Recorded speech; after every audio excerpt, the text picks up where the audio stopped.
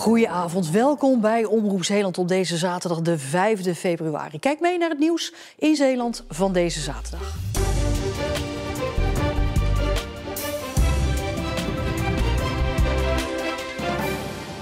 Zo'n 50 vrijwilligers hebben het vogelstrand op Nielse Jan schoongemaakt. Aanleiding is storm Corrie die veel afval het strand op heeft geblazen.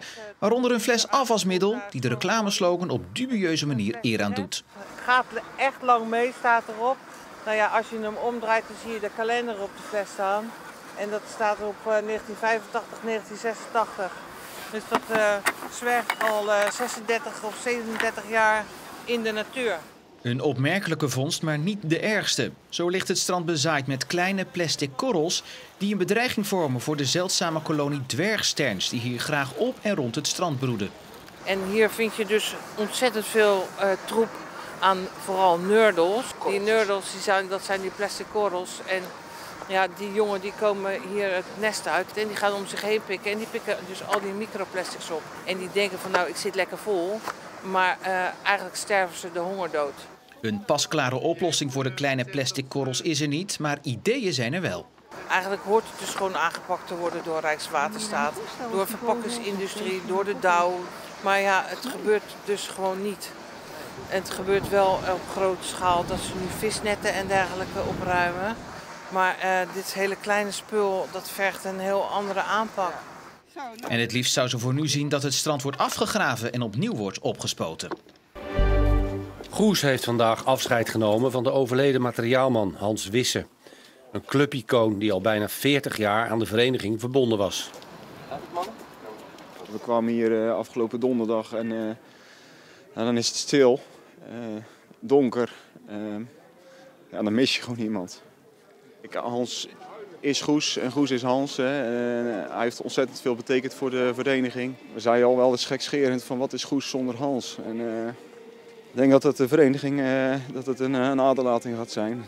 Dat iedereen heel erg gaat merken dat Hans zo ontzettend veel deed. Dat het bijna niet te vervangen is. Nadat Hans afgekeurd was voor zijn werk, zo'n 20 jaar geleden, heeft hij de functie van materiaalman fulltime opgepakt. 7 dagen in de week. Hans was gewoon iemand die altijd aanwezig was, waar je altijd naartoe kon bellen. Als er iets was, deed hij het voor je. Eigenlijk, ik kan het niet verzinnen of Hans deed het. Bijvoorbeeld de was, ballen oppompen, netten in de goals hangen en zorgen dat de spelersbus altijd in orde was. Ik denk dat dit het minste was wat we hem konden geven op deze manier. En met het weer erbij, de hoeveelheid mensen, denk ik dat hij op deze manier een heel waardig afscheid heeft gehad van de vereniging. Hans Wisse is 68 jaar geworden.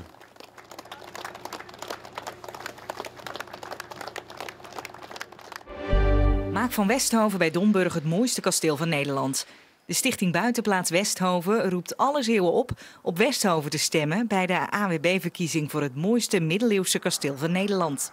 Volgens burgemeester Rob van der Zwaag van Veren, voorzitter van de stichting, verdient Westhoven de titel omdat... In de eerste plaats denk ik de ligging van het kasteel. Het werd al in de 14e eeuw omschreven als een enorm fraai kasteel. Mooie ligging, ook van binnen heel mooi. De graspartijen zijn erbij gekomen. In de 18e eeuw is de orangerie is er ook bijgekomen. Aan de achterkant is er nog een verdieping en zijvleugel opgezet. In 1899 werd het een herstellingsoord, zo is het nog op Walcheren nog bekend. En na de oorlog is het in 1948 flink verbouwd. En is vanuit een legaat ook hier een jeugdherberg ingekomen. Ook kan het kasteel volgens de stichting alle Zeeuwse steun gebruiken in de strijd tegen bekendere kastelen, zoals Slot Loevestein en het Muiderslot. Over 2 jaar heeft ieder dorp op Schouwen-Duiveland een eigen boomgaard. Die wordt onderhouden en beheerd door de inwoners zelf. En om die doelstelling te halen werd vandaag de eerste van in totaal 16 boomgaarden aangeplant. En Ellemeet had de primeur. Hiermee plant Daan Willem de eerste boom in Ellemeet. En ik hoop, de boom is net zo oud als dat Daan nou is. En ik hoop dat de boom ouder wordt als het dik bent. Ja, nou, dat vind ik wel mooi. Daar proosten we op! Nou, het is zo bijzonder dat het dorp dat met elkaar doet. En dat je, als er iets is, dat ze dan allemaal opkomen draven. Nou, ik denk dat het heel veel voor het dorp betekent. Dat het leuk is om dat zo hier te doen met elkaar. En dat vind ik wel wat. Nou, kijk eens naar de omgeving hier. Hè. We wonen hier toch fantastisch. En als je dan hier ook nog een mooi park hebt waar je van alles kunt doen, nou, dan wil je in de wereld niks anders meer. Na Ellemeet zijn Noordwelle en Seroskerke aan de beurt en de andere dorpen volgen dan in het najaar.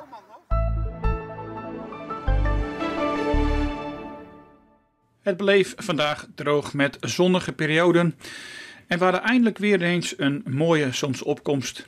Wel zagen we in de loop van de middag ook wel wat bewolking en vanavond en vannacht krijgen we te maken met regen.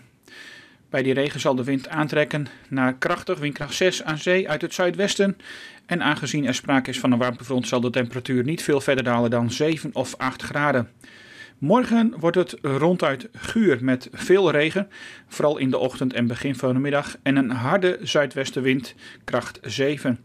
Daarbij kunnen er zware windstoten voorkomen tot circa 85 of 90 km per uur. In de loop van de middag, eind van de middag en avond volgen er buien, maar ook opklaringen. En na morgen is dit onstuimige weer allemaal voorbij. Want dan begin volgende week tot en met woensdag houden we overwegend droog weer met de zon erbij. En het is zacht met maximumtemperaturen rond 10 graden. En tot zover Zeeland nu voor vandaag. En heel graag tot straks bij Zeeland de Week. En daarin onder meer storm Corrie raast over Zeeland en richt veel schade aan.